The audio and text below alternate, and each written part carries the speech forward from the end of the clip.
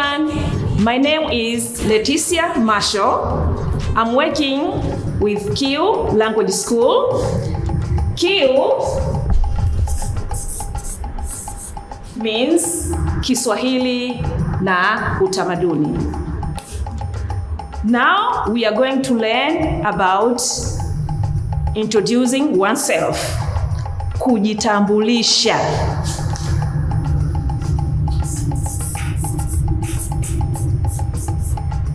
By the end of this lesson, you'll be able to introduce yourself in Kiswahili.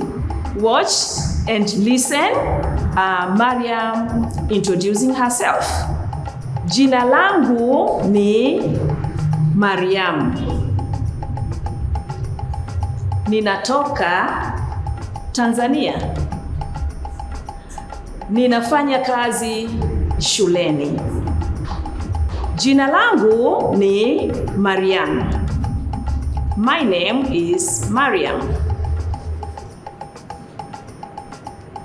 Jina langu ni Mariam. Jina langu ni Mariam. Ninatoka Tanzania. I'm from Tanzania. Ni na toka Tanzania. Ninatoka Tanzania. Ninafanya kazi shuleni. I work in a school.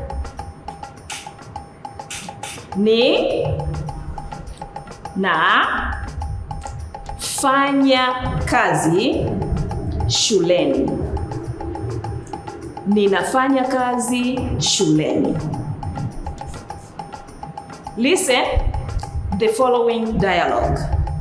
Jina lako ni nani? Jina langu ni Mariam. Unatoka wapi? Ninatoka Tanzania. Unafanya kazi wapi? Ninafanya kazi shuleni. Listen again. Jina lako ni nani? What is your name? Jina langu ni Mariam. My name is Mariam. Unatoka wapi? Where are you from? Ninatoka Tanzania. I am from Tanzania. Unafanya kazi wapi? Where do you work? Ninafanya kazi shuleni. I work in school. Repeat the following. Jina lako ni nani? Jina langu ni Mariam. Unatoka wapi?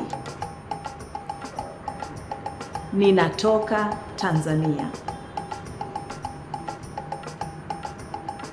Unafanya kazi wapi?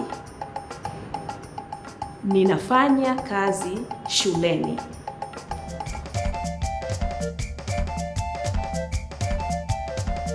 Exercises. Mazoezi. Now answer the following question in Swahili. Jina lako ni nani? Unatoka wapi? Unafanya kazi wapi? Exercise B. Translate the following into Swahili. My name is Mariam. I work in school. What is your name? Where do you work? My name is Jim. Cultural note. People, especially outside cities and town, might ask you questions that seems strange in your culture, such as, what is your religion? Or, how old are you? Asante. Kwaheri.